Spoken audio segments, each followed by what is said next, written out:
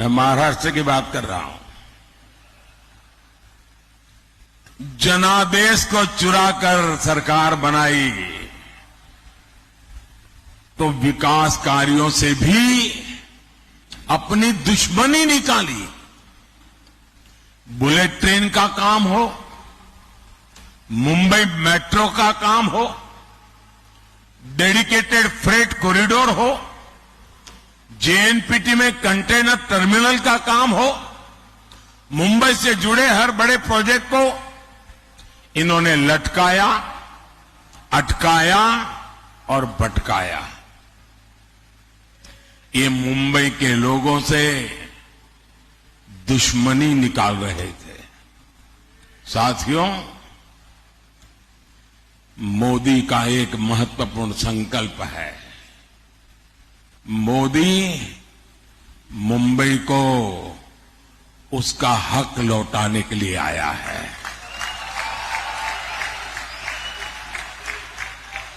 आज दुनिया का आधुनिकतम इंफ्रास्ट्रक्चर मुंबई को मिल रहा है। आज यहां अटल सेतु है, मुंबई मेट्रो का विस्तार हो रहा है, मुंबई लोकल का आधुनिकीकरण हो रहा है, नवी मुंबई में एयरपोर्ट बन रहा है, वंदे भारत ट्रेनें चल रही हैं और वो दिन दूर नहीं जब देश की पहली बुलेट ट्रेन मुंबई को मिलेगी।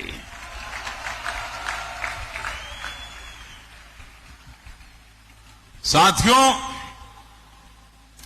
आगे बढ़ते हुए भारत में एनडीए गठबंधन रोजगार के नए नए सेक्टर्स बना रहा है। पिछले 10 साल में भारत में 1.25 लाख से ज्यादा नए स्टार्टअप बने हैं।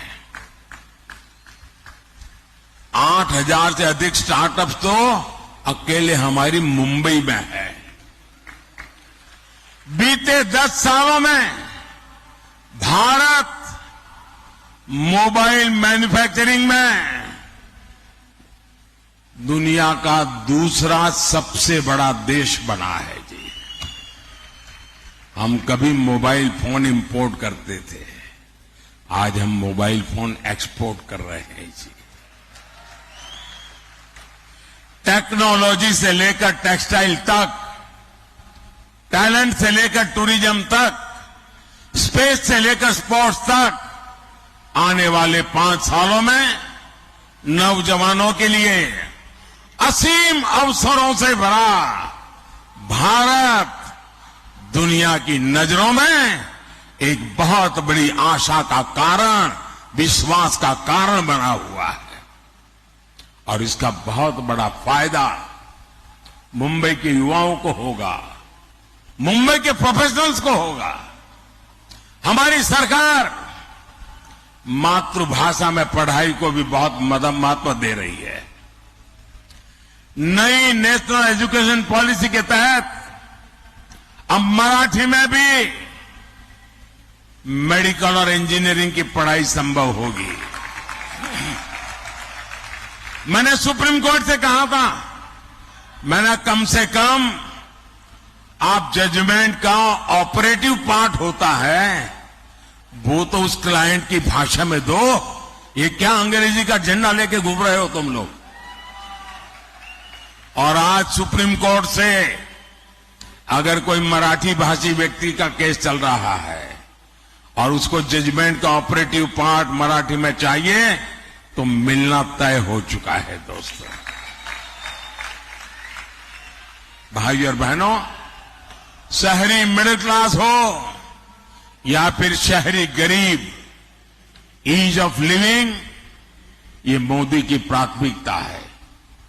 जो झुग्गियों में रहता है उसको भी आज पक्के घर का भरोसा मिला है। सबके घर का सपना पूरा हो, इसके लिए मोदी सरकार हजारों करोड़ की मदद दे रही है। आज महाराष्ट्र के 45,000 से ज्यादा रियल एस्टेट प्रोजेक्ट्स रेरा कानून के दायरे में आए हैं। मतलब इन्वेस्टर के लिए विश्वास का पक्का व्यवस्था मिली है। अकेले महाराष्ट्र में ही है 17,000 से ज्यादा इन्वेस्टर्स की शिकायतों का निवारण हुआ है। साथियों, क्वालिटी हेल्थ केयर और सस्ता हेल्थ केयर यह हमारा फोकस है। और अब तो मोदी ने तय किया है, आप जो बेटे बेटी कमाते हैं ना, आज हर घर में बुजुर्ग होते ही हैं। माता पिता, दादा दादी, चाचा चाची, नाना नानी, और 70 साल के बाद छोटी मोटी कोई न कोई बीमारी तो होती ही होती है। अब जो बेटा बेटी मेहनत करके कमाते हैं, उनके सामने चिंता रहती है, वो मां बाप को संभालने के लिए तैयार है, लेकिन एक तरफ अगर बीमारी आ गई तो चिंता रहती है कि रोजमर्रा का जिंदगी कैसे गुजारेंगे और बच्चों की आशा अपेक्षाओं का क्या। हर कमाने वाले बेटे बेटी को चिंता रहती है। मोदी ने तय किया है, कोई भी व्यक्ति, हिंदुस्तान का कोई भी व्यक्ति जो 70 साल से ऊपर है, अब उनके बीमारी में उनके इलाज की चिंता उनके बेटी बेटी पर नहीं रहेगी। ये जिम्मा मोदी संभालेगा।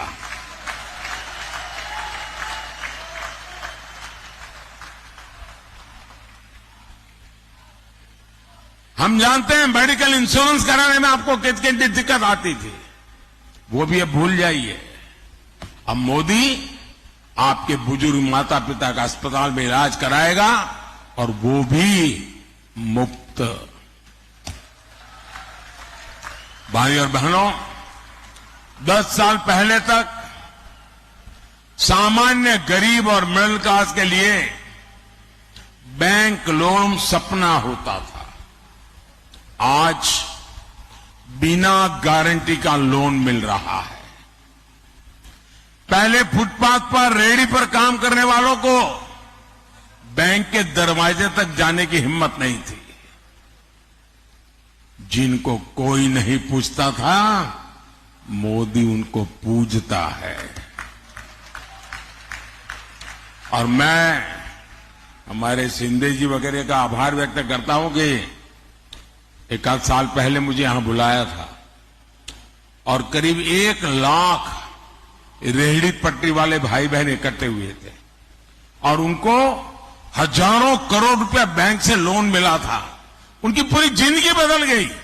वरना पहले क्या था, रेहड़ी पटरी वालों को साहूकार के प्याज से बहुत महंगे ब्याज में पैसे लेते थे और कारोबार में से ज्यादा पैसा ब्याज में चला जाता था। आज उनको बैंक से लोन मिलता है।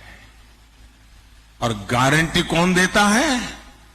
गारंटी मोदी देता है। बिना गारंटी पैसे मिलता है। और ये मेरे रेहड़ी पटरी वाले भाई बहन पाई पाई समय पर चुकता करते हैं, बैंकों पर कोई बोझ नहीं होने देते हैं। साथियों, मोदी के पास 10 साल का रिपोर्ट कार्ड है और 25 साल का रोड मैप भी है। और दूसरी तरफ इंडी गठबंधन वालों के पास क्या है? जितने लोग उतनी बातें, जितने दल उतनी घोषणाएं और जितने दल उतने प्रधानमंत्री। कांग्रेस के माओवादी मैनिफेस्टो में जितनी घोषणाएं हैं, अगर उनका हिसाब लगाएं तो देश दिवालिया हो जाएगा।